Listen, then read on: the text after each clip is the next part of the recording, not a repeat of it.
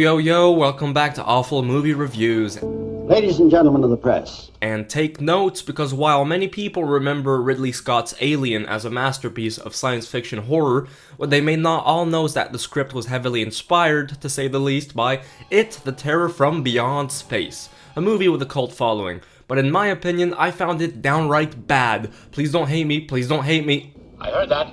Tell him he's nuts.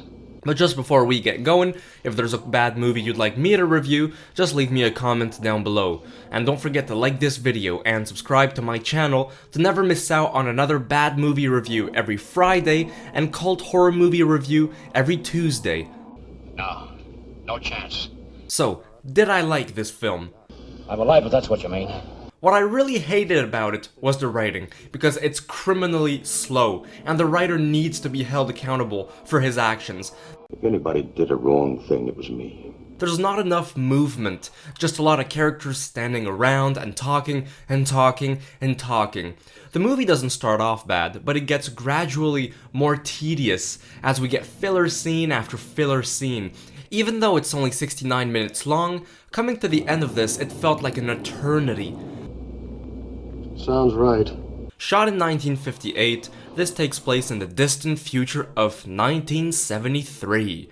Now, will you stop this nonsense, Carruthers? We follow Marshall Thompson again, who plays a Colonel Carruthers. He's accused of murdering his whole crew after landing on the planet Mars.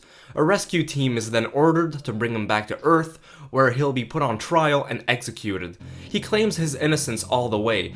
Sometimes I almost want to believe you.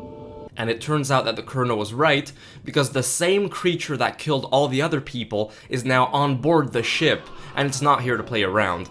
Captain Carruthers is a prisoner, but the crew seems to let a suspected murderer wander around pretty freely on the ship. They even have casual small talk with him and play chess.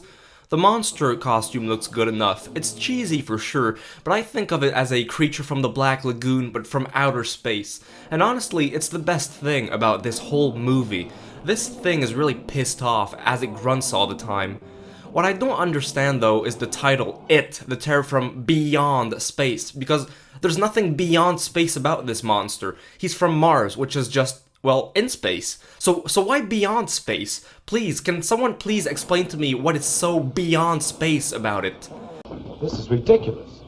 I would also like to know what sorts of materials this spaceship is made of, because the characters feel comfortable to set off grenades to try and kill the beast.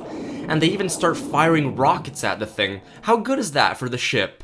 And just to top it all off, the scene where we have two characters walking on the outside of the craft just had me in tears on the floor. Bottom line, the idea was good, but it was dealt with the wrong way. It could have been an entertaining cult classic sci-fi. He doesn't know what he's saying. But in my opinion, it just winds up being a low-budget snooze fest. What an awful movie!